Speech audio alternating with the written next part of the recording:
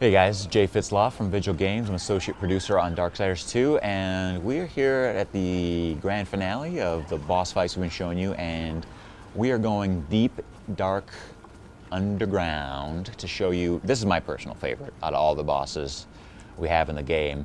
I'll tell you why once we get in there, but mainly one of the main things that I think makes it cool is just the element here. You are in complete pitch black with nothing surrounding you.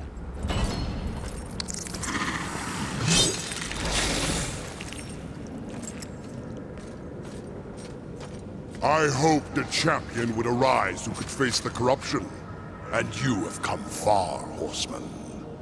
A pity that your journey ends here. So to give you kind of a lead-in, up to this you've been looking for these guys called the Dead Lords, and they all have this ghostly appearance like this guy, and there's 3 of them, and this is the final Dead Lord that you're after.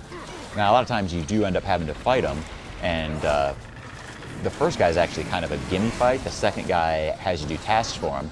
So I think when you meet this guy, you'll think to yourself, you know, oh, it's going to be another easy peasy fight, and you know, oh, and now you'll see, he's got a little bit tougher. He's got some more combat moves than the other guy had. So, you know, you'll think I'm having a little trouble, but something will happen in a little bit that kind of makes him the most fearsome of the Dead Lords, and the reason why it makes this my favorite boss fight of all the ones we've shown you.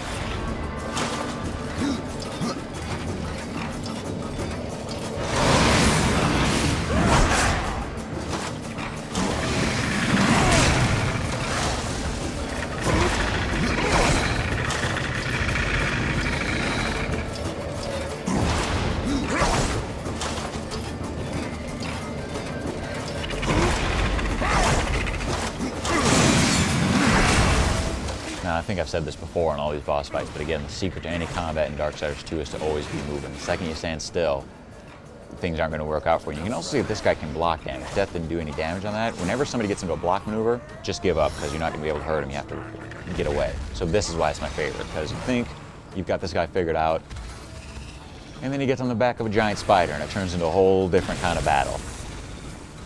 And the funny thing, too, about this one, again, I was playing this game.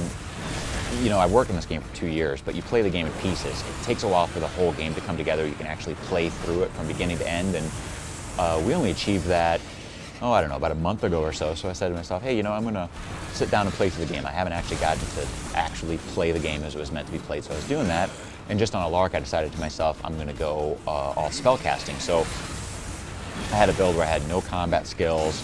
I mainly was focusing on summoning zombies that would do all the work for me, and it was proving to be very, very successful build, and I was kind of, you know, chuckling and patting myself on the back like, oh, I've been on this game so long I've broken the code, and I found something that makes it easy. And then I got to this boss fight, and I realized that it was doing me no favors, because the zombies couldn't close the gap. They couldn't get in close with the Echidna, and my combat abilities weren't doing the trick. I mean, they were, but the damage was just kind of pathetic. So this boss fight took me a lot longer than it might otherwise. But again, I think that's another reason why it's one of my favorites, because I found it so challenging. And I also always love our fights where we do phases that are distinctly different. So you started out fighting the guy solo, he got on the back of the spider, changed it up, and now he's back to solo. So it keeps you thinking, keeps things fresh, and more than just easy hack and slash formula. All right, so that wraps it up, everybody, and look for Darksiders August 14th for PlayStation 3, Xbox 360, and PC.